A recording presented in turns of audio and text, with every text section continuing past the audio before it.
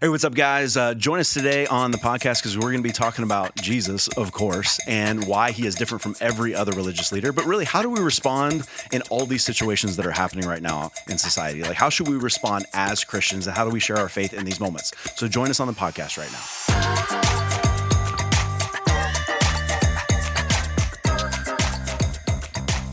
Hey, what's up, Grace Family Church? This is Pastor Hal here with Pastor Daryl to my right, coming to you guys with another edition of the Pastor's Hangover. Yeah. And I got some really good news today. I texted Melissa. She said, if nothing goes wrong, she's back next week. Ooh, so yes. I am excited about that. I'm so ready to not be in this seat. We miss Melissa. We miss you. It's not just that I don't want to be in the seat. We miss Melissa and her ability to stop us when we go on crazy tangents and to bring us back to what we're actually talking about. And we get to see the baby. I don't know.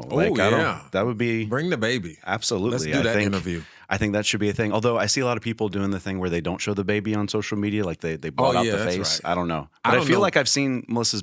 Have I seen Melissa's baby on social media? I don't think so. I don't know. Maybe she won't want to. I don't know. All I want to do is I want to throw a slice of cheese at a baby's face. Yes. Like there was a thing, like I never got to do that with any of my children. It makes them stop crying. Yeah, and I just want to do it. So if we could use Melissa's son to do that, I'm all in. When people ask Pastor Daryl, what's your greatest regret in parenting?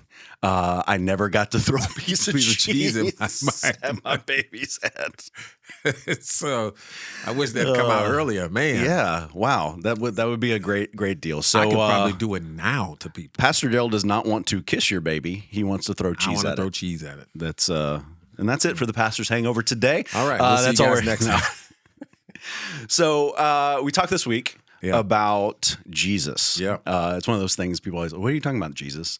But we did. We absolutely talked about Jesus, and we talked about just the reason why he is different from every other religious leader. Oh, yeah. Everybody else across the board. Mm-hmm. And so any kind of overflow or anything from that you kind of want to hit on? Yeah, first of all, I love talking about Jesus. Yeah. It's my favorite topic to talk about. And so if I could do every message just about Jesus, and there's enough that you can do 52 sermons a week and just talk about Jesus alone. No. So there's enough content. But I think something that our culture and many people have wrestled with that we got a chance to talk about this weekend is that Jesus is different than everybody else is because Jesus says he's the only way. Right. That's what makes him distinct from everything else. He's the only one that says, I am the only way. Buddha doesn't say that. Confucius doesn't say that. Muhammad doesn't say that. Jesus says, I'm the only way. And so the evidence is either he's true, either he is the only way, or he's a lunatic. Right. And he's not the only way. And so there is no gray area. And so we really dove into that. And so I'd see it like this. It's truth by nature is exclusive. And Jesus gives us truth. Like, I know we live in this culture that says, everybody has their own truth and what's true for you is not true for me. Yeah. And that's not even true. Mm-hmm. Like 2 + 2 is 4. It can't be 4 and 13. Right. So it's either there is a truth or there isn't a truth. And so when Jesus shows up and very profoundly says, I am the way, then it's a claim that deserves some investigation. Mm-hmm. And so that's what we spend a lot of time doing, investigating. Okay, if you say this, and you can say anything you want to, but can we find the evidence of what you said to be true or lie? And all of the evidence points to, oh, wow, this is true. Yeah. Like he really is who he says he is. And so I think once you discover that, you have to then go, okay, now what do I do with this? Mm-hmm. Now that he is what he says he is, what I'll do this. Because most of the conversations that we hear when we're watching social media or talking to people, they've described Jesus based on what they want him to be and not on who he says he is. Right. Like Jesus would want me to be happy. You've heard. Yep. Jesus, there's no way that your version can be right because Jesus will want me to express myself and be happy and do this. And you're going, no, that's not the Jesus of the Bible. That's not he defined himself. Jesus literally said, if you love me, keep my commandments. Yeah. He didn't say, if you love me, express yourself. Right. If you love me, do whatever feels right to you. He says, no, if you love me, there is a system that I want you to follow that's connected to me. Yeah. And you got to follow that system. That shows people that you love me. Will you get it perfect every time? Of course not. We've all screwed up a lot.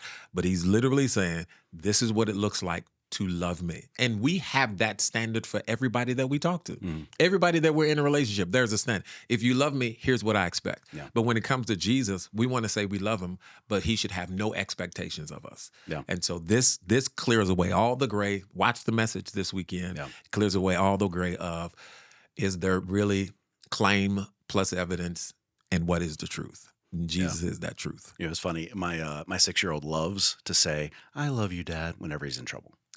Like it's the worst because he does it like, and he says it so nice. Like he's just, "I love you." And I'm like, and every time when he's in trouble, and I've had to stop and go, well, look, Dax, if you do love me, then why do you do the opposite of what I say? Like right. In this moment, I don't need you to look at me with those eyes and say, "I love you, Dad." Yeah. Because that makes me feel bad.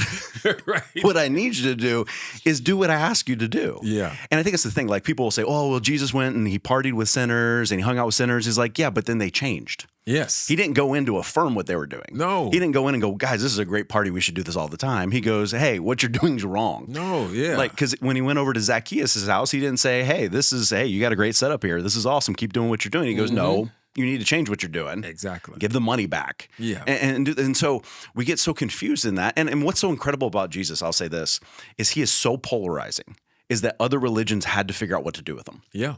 I mean, like you said it this weekend. You said some see him as a prophet, some see him as wise, but you can't see him as those things and what he said. Exactly. Because he said, "I'm God," so he can't be a prophet. Yes. Right. He said, "I'm God," so he can't be a teacher.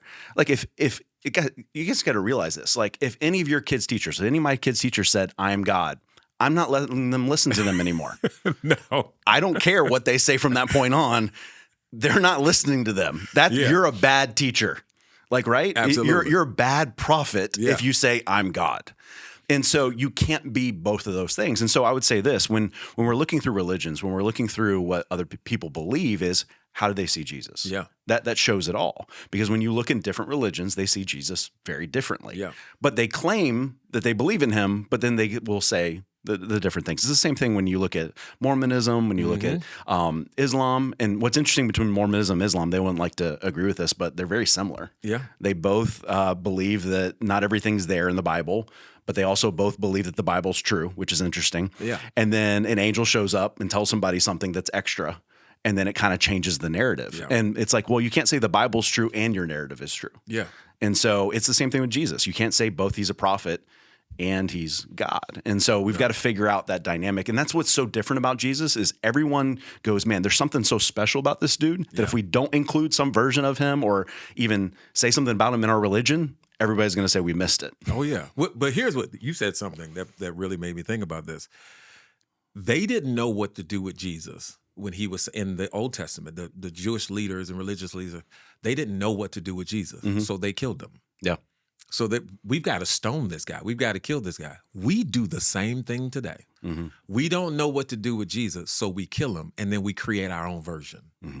We create the version that we like. This is all these other religions. They created a version of Jesus that they like, that fit their narrative. So you're killing the real Jesus to fit your comfort and your culture, and which is what we do in our society. Mm-hmm. We go, yeah, but Jesus might be good. Jesus is good, and he's good enough to let me keep doing what I want to do the way that I want to do it and still get to heaven.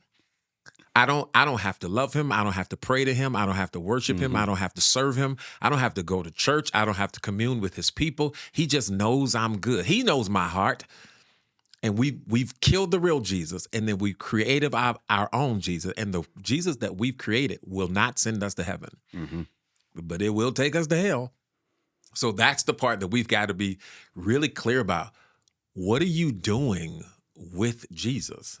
And are you rewriting your version of Jesus to fit your culture, your race, your ancestors, your politics, your preferences, all of those things to fit the narrative that you want so that you can continue doing what you want to do?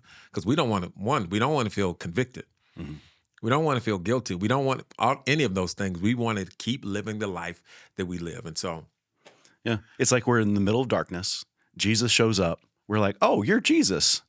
That's awesome. And he goes, follow me. And we go, no, I see you're Jesus, but I'm going to go my own way. Yes. It's like, no, he's leading us out, but we don't want to be led out. Like, it's this idea of, I just see you as the answer, but I'm not going to live my life like you're the answer. Yeah.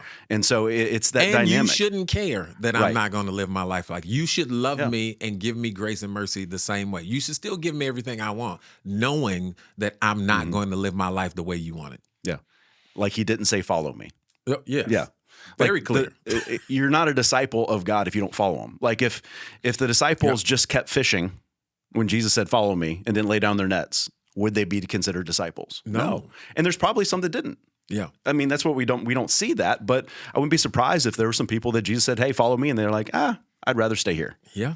You don't get to say, well, I was a disciple of Jesus. No, you weren't. No. Because you didn't follow him. You just liked Jesus. You didn't want to marry him. You just liked him. It's true. And I think that's the thing is, so often we have these conversations about Jesus without actually reading about Jesus. Yep. We have conversations about Jesus without actually looking at what he did and what he said. And I think that's the dynamic is you have people in culture, well, Jesus would say this or Jesus would say this. And I think one of the things that we saw and we've seen this past week, and not that we're going to really get into it, with everything that happened with Charlie Kirk, with everything that happened with, we had the Ukrainian refugee on the train. We had the school shooting in Denver. We had all of these tragedies happen. Yeah. And so what I want to just take an aside to really talk about in this moment is not what's right and what's wrong. I want to talk about how we should respond as Christians. Because what you see happen on social media, and I just have to say that's the first problem, and on media is Jesus would respond this way, or Jesus would respond this way, or you know what I really hate? I hate when people post this, and it's never a pastor. If your pastor doesn't say this weekend, you should leave your church. And I'm like, why does that person get to say what the pastor is going to? The pastor's job is to shepherd his congregation. Yeah.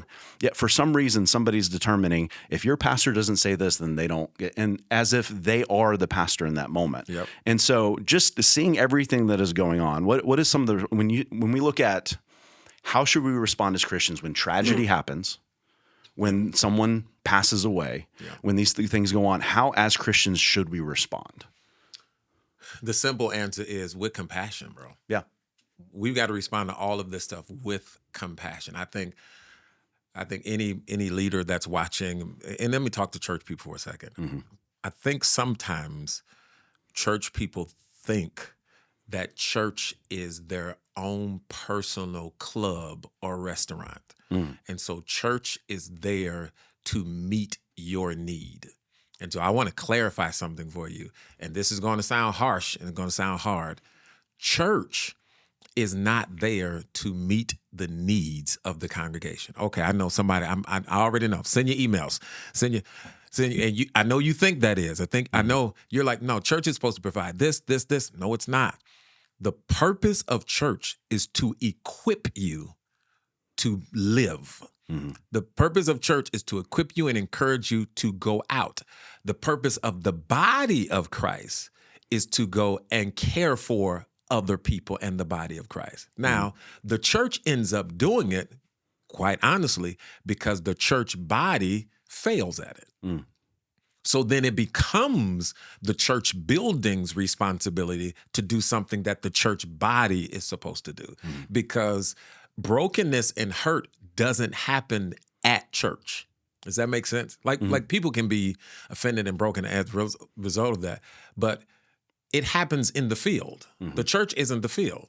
So we equip believers, we equip the saints to go out there and do triage in the field. That's where it's supposed to be happening, at your work, at your job, at your home. Church is where you come to be resourced and equipped and where you become built up so that you can go back out and do that stuff again. And so sometimes we have an expectation of the church that shouldn't be the church. Okay, so I've said that piece. But the other part is we get mad, and you and I hear it all the time. We get mad. People get mad because, well, you didn't say this, or you did say this, or you should have said this. Well, why didn't you talk more about this thing, this thing? First of all, guys, we got 30 minutes. Yeah. So we only have so much bandwidth of what we can talk about, and we don't talk about everything. There's things and tragedies that are happening all the time. But no matter what those things are, we meet them with compassion the best way we can. And sometimes we'll get it wrong. Mm-hmm. Sometimes we'll miss a thing. Sometimes we'll go, oh man, it wasn't that I wasn't thoughtful. It just, man, that wasn't in my purview at the time. Mm-hmm. So there has to be a level of grace for us, because you want everybody to have grace for you. So then have grace for those who are speaking. But at the end of the day, all believers, man, we should have compassion. If we're talking about Charlie Kirk, whether you believed in his politics or his rhetoric or not, none of that matters. Right. Somebody was assassinated, and their wife and their 2 children they were there. Yeah. I have compassion for that. Yeah. I don't have to like anything you said or did, mm-hmm. but I can have compassion for the person that got hurt, because sometimes we get mad and we go, well, he said things that God didn't like. He says things that I don't agree with. He said this on the right, or he said this on the left. Well, guess what? That's what Jesus died for. Mm-hmm. Jesus died for people saying messed up stuff. Look at all the messed up stuff that I've said, or the messed up stuff mm-hmm. that you said. Imagine if that was all on social media and someone was taking a video of that. You'd have a lot to answer for, and you would still want grace. Yeah. You would still want somebody to pray for your family. And so I think we can't let our anger or our preferences or our politics get in the way of our Christianity. Yeah. It doesn't mean that we don't address bad. Mm-hmm. We address bad, and we don't let good cover bad. But we hold people accountable. Yeah. But at the end of the day, I'm a believer. I'm a Christian first before I'm anything else. I'm a Christian before I'm a political party. I'm a Christian before my race and heritage. I'm a Christian before my culture. I'm a Christian before I'm an American. I'm a Christian first. And so everything that I lead with comes with that first. What would Jesus want me to say and or do? And everything that we would need to know what to say and do, Jesus did it. Like, Jesus was on a cross being crucified. Yeah. And he still says, Father, forgive them. Yeah. So if Jesus can do that, and we're supposed to be that example, we're supposed to be living like Jesus, then our response to all of that hurt and that pain and things that we don't necessarily like, our first response should be that of compassion, mm-hmm. same that Jesus had. God, forgive them. Yep, this hurts, but God, forgive them. I don't know what to do with all of these questions, but God, forgive them. Yeah. That's where we start. Yeah. And this is the thing. We don't match compassion. We go to the level of Jesus. And here's what I mean by that. I'll hear people say, well, the Republicans didn't respond this way to the Minnesota lawmaker who was killed in her house with her husband. Okay, you're right. They didn't. Yep. But that doesn't mean I don't show compassion for somebody else. Exactly. Just because somebody else misses it doesn't mean I don't show compassion for somebody else. Yeah. And so this is the dynamic we want to talk about. And the hard thing as pastors is, because we live in a small world because of technology, we can't respond to every single thing. And here's the reason why we don't always respond right away is because we don't know the truth yet. Yeah. There's been so many situations where if we would have responded right away, mm-hmm. we would have had the wrong set of information. Yep. But then it's forever immortalized online. Mm-hmm. And so we've got to figure that out. But I would say this, as Christians, we respond differently. First and foremost, with the compassion is the idea of mourning. Like, we mourn with those who mourn. Yes. Who mourn. It says that we bear one another's burdens in Galatians 6:2. And so we mourn for somebody because a life was lost, an image bearer of God was killed. Yeah. That's the first part. Now, I can only mourn so much for somebody I don't know or the family. I can be there. Yeah. But then the next part of it is this, and this is where we get it wrong so often, is the Bible calls it either grieving or lamenting. Mm-hmm. And so that is where I go to God and I throw my questions, my pain, my sorrow, all the things that I have going on, and I give it to God and I process it with God. Here's the biggest problem we have in society today. Everyone is grieving and lamenting on social media.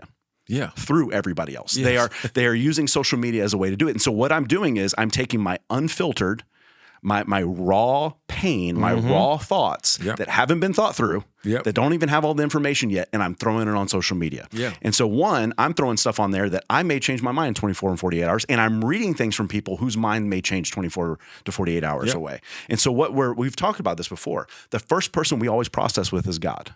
Yeah. And so I throw everything on him and I allow him to work through me and work through my mind, work through the situation to figure out where I should land on something or how I should respond to something. Because what we see online is our spirituality is very thin online. And here's what I mean by that. It's if they don't hold up to every single thing that I stand for, then I don't have to care for them or I don't have to love them. And the problem is that's not happening. I mean, we even see King David lamenting for Saul, even though Saul tried to kill him on multiple occasions.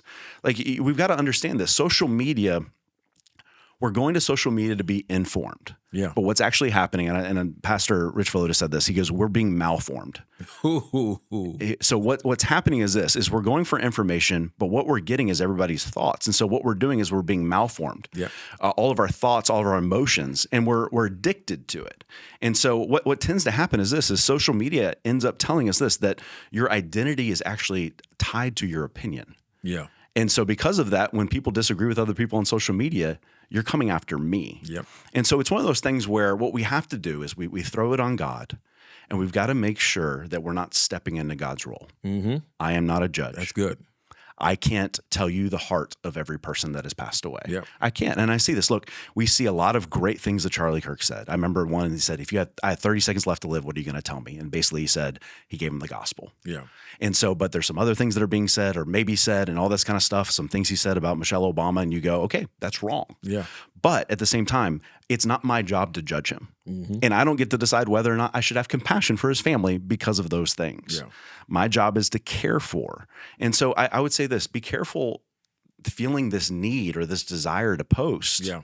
Because whatever we post in that moment, people are going, well, that's a Christian posting this. Yep. That's a Christian saying this. There's a guy that his name is Justin Gibbon. He said this, he goes, we're supposed to fight wrong without becoming wrong and evil in the process. And what so happens so often, I think Christians say this, we look at this line and we're going, there's this imaginary line. If they cross that, then I get to act like them. And the moment they offend me enough or hurt me enough, then I get to respond this way. Yep. And I think that's one of the biggest problems that we have is if Christians were looking for a line, we're not acting like Jesus. Yeah. And it's hard and it's not easy. It's not easy. But how better off would the world be if people actually waited 48 hours to post something on social media? Or yell at anybody else or talk to anybody else. Or what if we did this? What if we didn't say anything? Yeah. What would it look like? What would it look like if we just practiced restraint? And we just took it to God? Listen, I am not under the illusion that some of the things that he said weren't insightful, not insightful, inciting. And some of it was just pure wrong. Some of and I've listened and watched things for almost about 10 years now, and so I've heard some things that going, bro, that's completely wrong. That's horribly wrong. And I've heard some things that go, okay, well, I disagree with that. And I've heard some things that go, okay, that's right. And I know with some people, it's hard to reconcile any good because there's this bad. Yeah. And so you go, I can't reconcile the good with the bad. Guess what? Don't. Don't reconcile the good with the bad. Don't even try to reconcile with the good and bad. That's not what I'm doing. That's not what we're asking you to do, because I'm not foolish enough to go, man, because he said all this bad stuff and he said a few good things and he did profess to be a Christian, that we should go, hey, I honor him. That's not what I'm saying. Here's what I'm saying. His family deserves compassion just like yours does. Yeah. His family deserves to be prayed for just like yours does. This is who God called us to pray for. And is it easy? No, it's not easy. Yeah. If loving people was easy, Jesus would not have died on a cross. No, it's not easy. It's hard. It's going to pull things out of you that you've never seen before. It's going to move you into areas that are uncomfortable. Yeah, but God is saying, I want you on your knees for that. I want you to cry out to me with that. Everything is not supposed to be in your preference or in your comfort zone. Yep.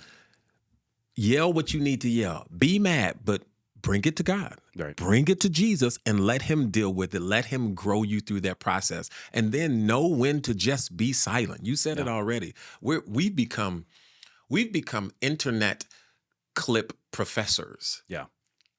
that we will go on there, we'll see a clip about something or a couple clips, and then we immediately make an identity about somebody or what somebody thinks or what they believe. Stop. Just stop doing that, because I bet you could take something that I said, you said, or something that somebody's watching said and take it all out of context. Just stop. But we know people do that. They do it all the time. Because people hear something we say and then they actually said it in the email. I didn't listen to anything beyond that. So basically you took a clip of the message and you decided where I was going to go with it, what I meant by it, and all of that. It happens all the time. All the time. Easy so to do. I ask you, what peace is that bringing to your life? Mm-hmm. It's bringing distraction. Yep. It's bringing destruction. So stop, let it go. Get into your word. Get into the Bible. Get on your knees to pray, because that's where we need to be. Because all of the peace that we need, the release from anxiety that we need, it's not going to be found by us doom scrolling on social media and us getting into internet debates with people. It's going to be found in us being at the feet of Jesus. Yeah. I've seen a lot of people say, I'm done with social media now. I'm like, that's awesome. You're right. Good for you. That's good, because I don't know how much it brings. Like, I purposely follow people that I know. I purposely follow people for times like these that have just the ability to take a step back and write things so well. Mm-hmm. And I'm like, that's amazing. I love that, because it gives me the ability to read that and go, okay, this is what's actually going on. Yeah. But I can easily get so mad. And we talked about this before Saturday Night Message. It's very easy to read online and assume what's in the audience is what you read online. Yeah. And it's the same thing. It's very easy to read something online and assume that everybody at your church that's a Republican believes this, or everybody at your church that's a Democrat believes this. Mm-hmm. And that's not what we're called to do. Yeah. We're supposed to, the thing about the church that's supposed to be different is we're able to have different ideas about a lot of things, but come together on Jesus. Yes. And that's the thing that, I mean, that's what we talked about. Run that back. Say that again. It's supposed to be the one place, I'll say it this way, that has incredible diversity, but has uncompromising unity, has diversity of thought, background on a bunch of different things, but comes together on what matters most. Jesus is the way, the truth, and the life. Yep. That's like it. That is the main thing. And that's the thing I think we've got to be able to come. If we can't come to that, you're like you said, we'll have no peace. Yep. Because all I'll be doing the entire time is, well, they disagree with me on this and they disagree with me on that. Mm-hmm. So don't hang out with them. Right. But encourage one another to go out and tell other people about Jesus. And I would say that's the one thing that a lot of people would say about Kirk is he unapologetically talked about his faith. And I think we need more Christians unapologetically talking about our faith because we should. That's the main thing.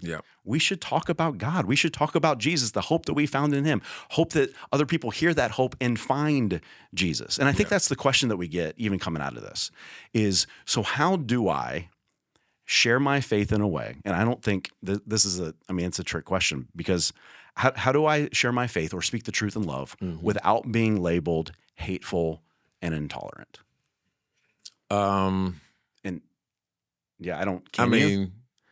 For some people maybe, but I think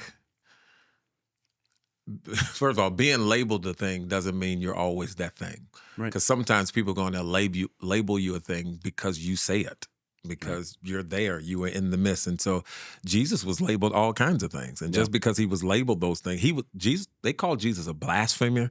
They called him a rebel.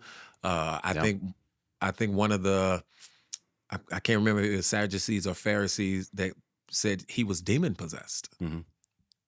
Or had the power of Satan himself, basically. Yeah. And so I think at the end of the day, whenever you're sharing anything, you check your tone, you check your timing, and you check your target. You know, what is the tone that you're living in? Are you angry? What is the timing? Is it the right time to be saying whatever it is that you're saying? Is that right after the event? Is that before the event? Are you showing up to the brokenhearted when they need you the most? Or are you laughing about something? Like, what is the timing of what you're doing? And then who are you talking to? Who's the target audience? Are we speaking to everybody, or are you speaking to this people? The way I talk to my daughters is not the same way that I talk to everybody else, because my target is different, because our relationship is different. So I think we have to keep that clear. Ephesians 4 says, speak truth so they agree with you. Mm-hmm. Meaning you have to find the right way to talk to them. 1 Peter, when it says, be ready always to give an answer to the one who asks. Yes. That means be very specific, because I'm giving an answer to the one who's asking. One, I've got to be really clear about what they're asking. That means I've got to be intentional about listening so that I'm answering and speaking into what they really need. And I'm just not speaking what I want. And so, but you can share the truth, and share the truth without love is harsh. So you got to be clear on that. But love without truth is hollow. And so, and truth, when it's done well and it's done right and it's done consistently, it brings healing. When people know that you're listening to them and that you care for them, it brings healing. This is what Jesus does over and over again. Jesus never shied away from telling people like it was, but it brought healing. When we talk about the woman at the well, Jesus told, shade. Jesus is telling this woman, yo, you've been with 5 dudes, and the one you with right now, not your man. Like, he's not holding him. He could have not said anything, but he was like, no, you tripping. So you're troubled in the area of relationship, and I'm going to tell you like it is. When they talked about worship, Jesus is like, no, you worship them, we worship me. God is seeking those who worship him in spirit and in truth. He's turning the tables, but he does it all in love. And so I think we have to, like I said, tone, timing, and target. Know who you're speaking to, get the timing right, and get your tone right. If it sounds angry, it's going to be hard to receive from somebody else. So. And just understand this. If you post any truth on social media, someone will label you as hateful and intolerant. Someone will. Bro, I get it all the time. It's going to happen. It doesn't even matter what part of truth you say. Someone's going to be mad at you. That's the thing. And so if my goal is for the masses to like me, then I won't speak any truth, probably. No. But if my goal is to reach that person, it's different. And am I caring for that person? Does that person know that even if they don't accept the truth that I'm giving them, I still care about them? Yeah. That's the thing. Am I going at this trying to win the person or to be right? Yeah. Because if my goal is to be right, I'm not going to win the person. And so I think it's, how do I speak the truth without being labeled? It's loving and caring for that person deeply while speaking the truth. Yep. But here's the deal. Even though we do that, doesn't mean every time it's going to go well. And so we cannot have this idea that if it doesn't go well, then God's not in it. Right. Because sometimes we're speaking the truth and it's down the road that it comes back to them. Yep. And we've done, how many conversations you've been in where you've spoken truth, they're mad in the moment, but weeks later, it's called being married, but like weeks later, they go, okay, you were probably right. Right. And that's on both sides. It just happens. Like with your kids, they wait years and then they come back and tell you were right. But and so it's one of those things of, if my idea of whether or not I did it the right way is their response, that's not always correct. Now, I always can look back. Did I share it in love? Was my tone? All of those things correct? But it's not always going to go well. No. But we do have a boldness of speaking the truth. God's going to give you opportunities in your life. God's going to give you opportunities with people around you. Like, the idea of every opportunity needs to be in front of 100 people or 1,000 people is not true. No. It's that person next door. It's that person at the grocery store. It's that person in your class. Yep. And those are the people that God has purposely put you around to share the truth with. I would say, for anybody that asked that question, are you trying to win the person or win the argument? And that will keep your mind focused on how you present, what your tone, your timing, and your target looks like. Because even when you start debating with people, I've had people ask, well, how do I know if I'm the difference between debating somebody or sharing the faith with somebody, and how do you know if you're doing that well? Well, are you listening more than you're talking? Yeah. Is this about winning the argument? Because that's not what God wants us to do. Jesus never debated. He shared the gospel. If they didn't agree, he redirected them, and then he walked away. Yeah. This is what I love. It's like, if they were still going to be hard-headed, Jesus was like, deuces. Yeah. And he asked really good questions. Yeah. Actually, that's one of the greatest ways of I hate to say winning an argument, but people tend to talk themselves into holes or talk themselves into places. And then you ask a question. Well, what about this? Yeah. Actually, the more you listen, the more you understand what they're actually saying. And so I would say this. Yeah, absolutely. You need to be listening more, asking better questions, and allow them to think through it in their head while they're talking to you. Yeah. And you can literally see how people's thought processes change by what they're saying out loud. And you can tell the difference between what's a debate or argument or a conversation, because a debate, there's a winner and a loser. Right. But a conversation is really two people trying to grow together to reach a resolution. And it doesn't mean that you're going to agree at the end, but you can go, oh, I heard you. Oh, and you heard me. all right, this is something I'm going to go sit on. So that's the difference between sharing your faith and then trying to win an argument. Like, I don't have time to be trying to debate with people and trying to win arguments. And I love a good debate. Like, I used to be a debater, but I got to a point where I was going, what are we? Yeah. I'm not trying to convince you that this is true. The evidence is there. The Bible speaks for itself. I'm just presenting. That's my job. My job is to present. You got to wrestle with it on your own. And if you want to talk about it, let's talk about it. So. Yeah. I mean, where I am right now is because I wrestled with the truth on my own. Yeah. Rarely does truth hit me and I go, you know what? You're right in that moment. Yeah. Because it's got to, that truth has to get through my pride and my ego. Oh, yeah. And all that. And then get through it before I go, dang it, I messed up. Yeah. But so guys, here's the deal. This is not an easy dynamic. And as Christians, I think that's part of it, is we're kind of supposed to sit in it. The uneasiness of it, of figuring it out, loving like Jesus loved. All of these things are not easy to do, and even responding to culture. And sometimes the best thing is not even to respond to culture. Yeah. But we're continuing this series this next week. You don't want to miss it. I don't want to give it away because I know you're still forming all of it, but really the understanding of, I'm not going to give it away. Yeah, it's going to be good. Let's just put it this way. Yeah. It's going to be good. It's something that we need to talk about, and we are going to talk about it. So do not miss this upcoming week. And then send in your questions so that we can have a great conversation, and send your questions so Melissa can write those questions down. Yeah. I know she's sitting there. I know every time she's watching, she's like, why are there so many computers on the table? Right. I know she is. She's like, you're hiding your faces. All this kind of stuff. This makes us look smart. It does. It does. I mean, really, I'm just playing Tetris, but that's, no, I'm kidding.